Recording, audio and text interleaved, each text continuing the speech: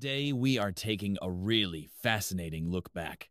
Sort of media archaeology, you could say. The question we're tackling seems simple, but the history is anything but. How did we get from hearing news yelled in the town square to, well, reading it quietly on paper? How did that shift happen?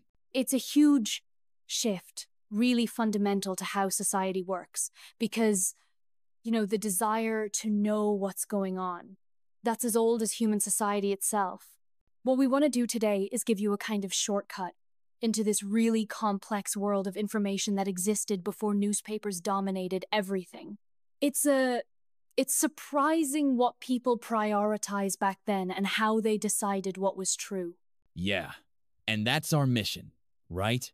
To unpack that move from spoken word to print, look at the hand-ups about truth, and figure out what kind of content actually made news something you could sell. Exactly.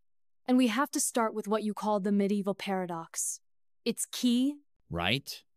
Because we sort of assume, don't we, that written down equals official, credible. Yeah. But for centuries, our ancestors felt, pretty much the opposite. That's absolutely spot on. There was this deep, deep suspicion of written reports, especially anonymous ones. For most people, a piece of news got its credibility from the person telling it. If a friend you trusted or a messenger with a good reputation told you something face to face, that was far more believable than some random bit of paper. So, trust was all personal, relational. It wasn't in the ink or the parchment, which you can see creates this massive problem for printing later on. How do you sell an anonymous sheet of paper when everyone wants a trusted teller? It just shows how powerful that oral tradition was, and how valuable verified information became when it was scarce. Get this. Here's an amazing example of just how scarce 11th century Wales. 2 monasteries, 100 miles apart, rough terrain between them. Every 3rd year, they'd send messengers to meet up just so they could live together for a week and swap all the news they'd gathered over those 3 years. Every 3 years. Just imagine the effort, the danger, trudging 100 miles just for a verbal news download from someone you presumably trusted. It tells you everything, doesn't it? The premium was on that personal, trusted exchange. And that deep-seated idea, that credibility comes from the teller. That really set the bar high for print centuries later. Yeah, the printing press arrives. But it doesn't just steamroll the old ways, not at all. In fact, for a long time, the old ways kept going strong. Most folks still got their news by word of mouth, right in the market, outside church, just chatting with family. Oh, absolutely. The oral news network was humming along, and it wasn't just talking. It was this much richer multimedia mix than we tend to think. News was often performed. Okay, like people making up songs about current events. Exactly. Song was huge. Traveling singers made good money performing topical songs that spread news, gossip, sometimes even, politically edgy stuff. And in the big cities, London, Paris, the theater was a major news hub. Playwrights would drop in topical references, inside jokes. You had to be in the know to get them. And there's that interesting point about language, too. To publish back then meant to speak it aloud, to voice it. Books were just printed. Right. Publication was a verbal act. Which leads us to the next big problem, the thing that really pushed innovation. How do you know what's true? The veracity problem with all these different channels. Print, song, gossip, theater, often contradicting each other, chaos. And the stakes could be incredibly high. Think about the Spanish Armada in 1588. Right. The classic example. The news spread across much of Europe that Spain had won a crushing victory. Imagine being a diplomat or a general, making decisions based on that complete misinformation, which is why the elites, the rulers, developed a strategy. They called it the search for corroboration. Okay, so how did that work? Well, they'd pay a lot for the first report. Speed was always valuable, but they'd often deliberately wait.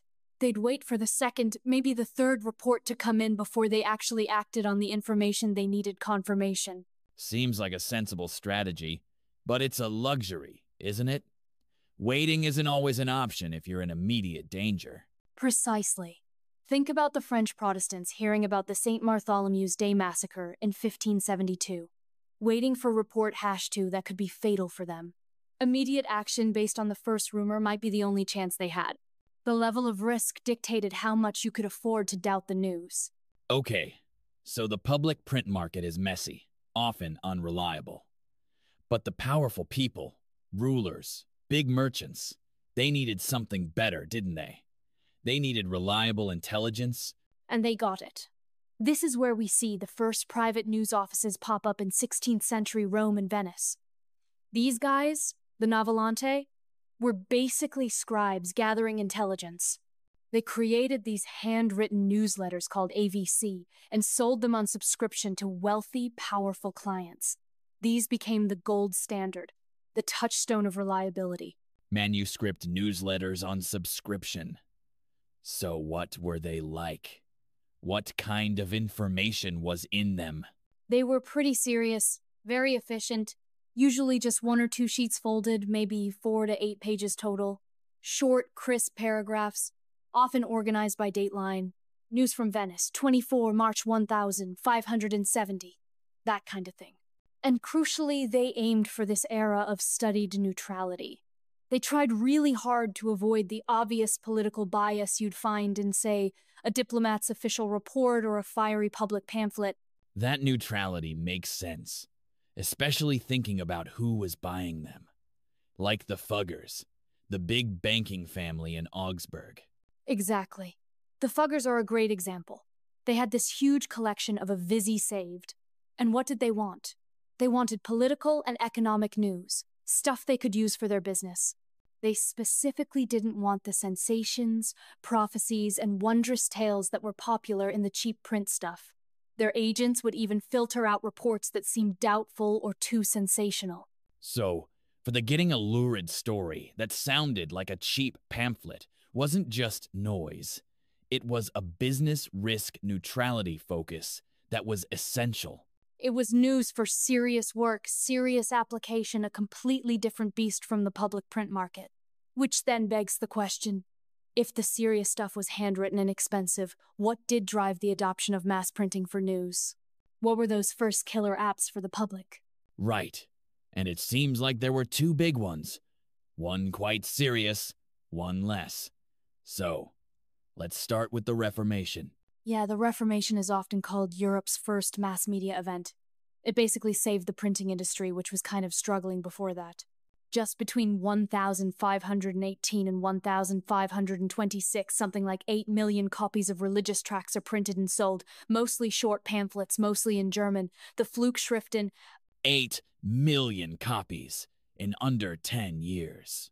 That's an incredible volume.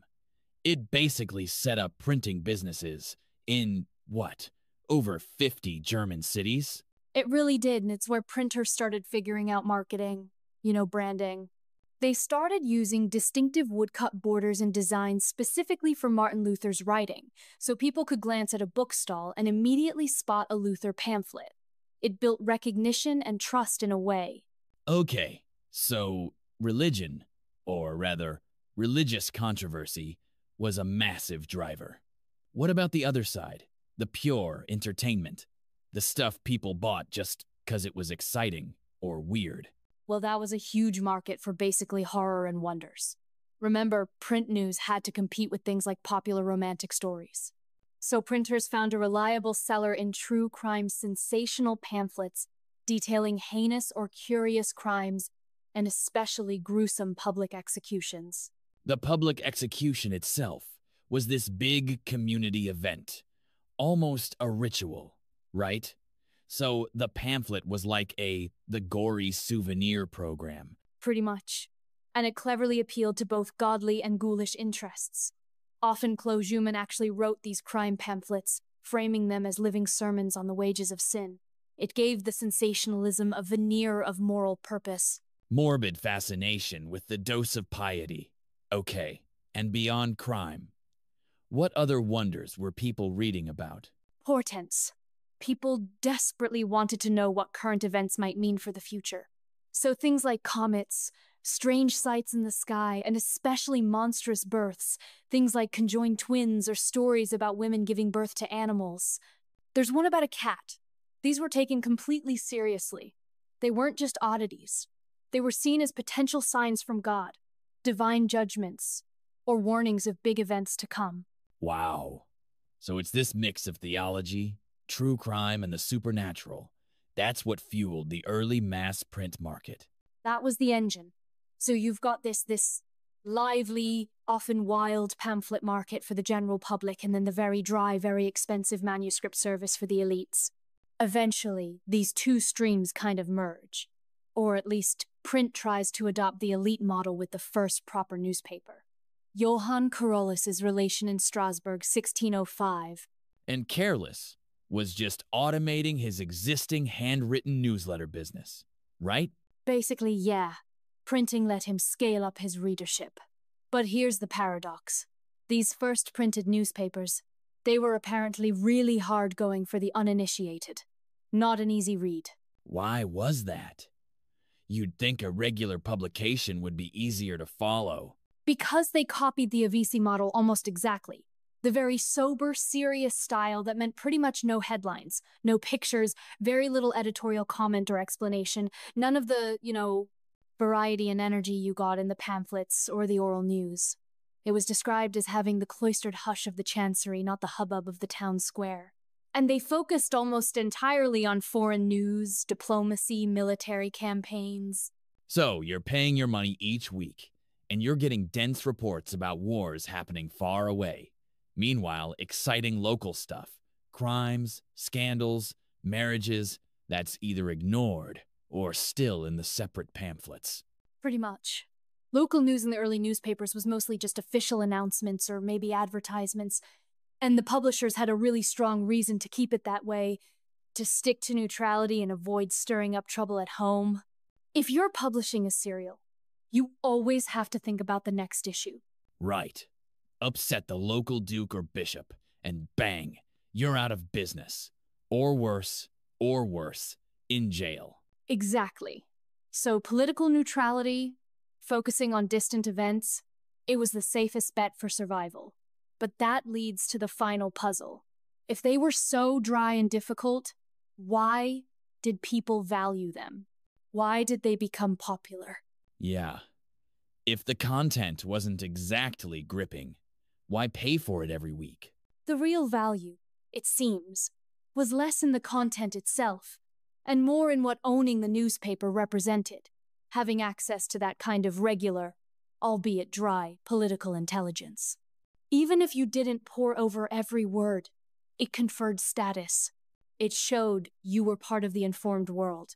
It was an accoutrement of polite society. Okay, so buying the newspaper wasn't just about getting information. It was about showing you were the kind of person who got that information. It was social currency. It was a badge. It took the format that was previously exclusive to the elite manuscript newsletters and made it affordable for a wider group. It gave them a little peep into the world of high politics and intelligence that rulers and bankers relied on. What an amazing arc. We've gone from this deep suspicion of anything written down, forcing messengers on epic journeys through this chaotic world of sung news and crime stories, to finally arrive at these early newspapers.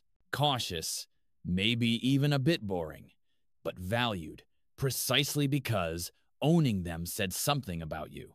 Exactly.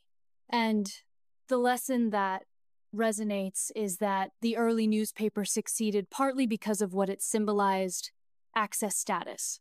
One source calls it a peep show of the most flattering sort. It made you feel important. Which definitely leaves us with a thought for you, the listener. How much are our own news habits today driven by that same impulse, that social need to be informed, to have the badge of knowing what's going on, maybe even more than by the actual content we consume? Yeah, and maybe a follow-up thought. If you want to see where the local flavor and the real commercial engine was in those early papers, You might look at the ads, notices for lost dogs, miracle cures. That was often the only domestic content, and it quickly became absolutely vital for keeping those papers afloat. Something to think about.